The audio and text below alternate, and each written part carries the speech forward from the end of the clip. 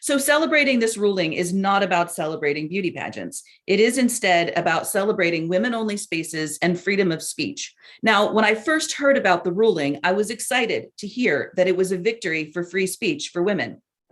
But when I finally sat down and read the entire ruling, I was thrilled to see that it is really so much more.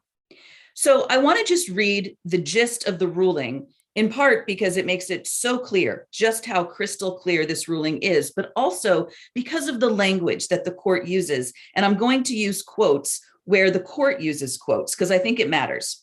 Okay, so this is directly from the ruling. Anita Green, who self-identifies as an openly transgender female, sued the Miss USA pageant, alleging that the pageant's natural-born female eligibility requirement violates the State Public Accommodations Act that Lierre mentioned.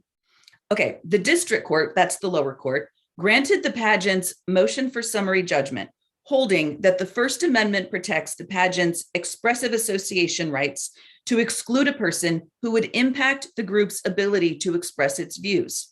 We conclude that the district court was correct to grant the pageant's motion, but reached this conclusion not under the First Amendment's protection of freedom of association, but rather under the First Amendment's protection of against compelled speech. So it's very interesting that the court uses the phrase self-identifies. This appears to me to be an implicit acknowledgement that trans is just an identity and that it isn't real in any material sense. Now, the court isn't saying this explicitly, but I'm having trouble imagining a scenario in which the court could manage to disagree with that assertion, given its deliberate choice to use the phrase. Judges, particularly federal appellate judges, choose their words carefully. I've read other judicial opinions that say things like, plaintiff is a transgender woman.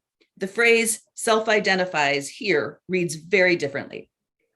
What's even more interesting for those of us immersed in the gender wars is this, and again, I'm quoting the court.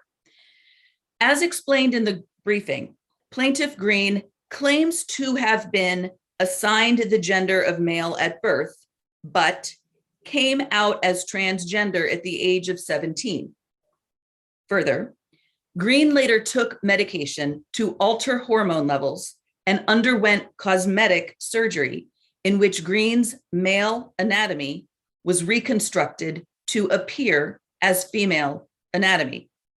Now, those of us in the trenches of this debate know that some people claim to be trans because they have taken hormones and had surgeries to make them look more like the opposite sex, whereas for others, trans is just an identity that you can just declare, a bit like Eddie Izzard claiming to have a girl mode and a boy mode.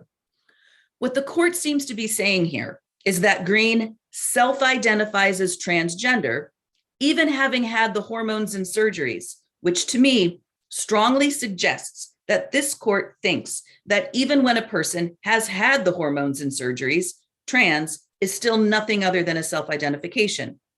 I would go further and call trans an outright lie, but this concession from the court is pretty astonishing, and I'll take it. The phrase claims to have been assigned the gender of male at birth is another signal to me that this particular panel of the Ninth Circuit is not caving to the nonsensical idea that sex is assigned at birth.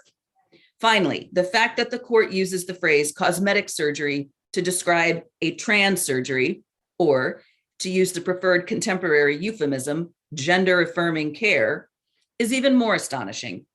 We have been referring to it as cosmetic surgery for years, and this is the first time I have seen that characterization appear in a court ruling.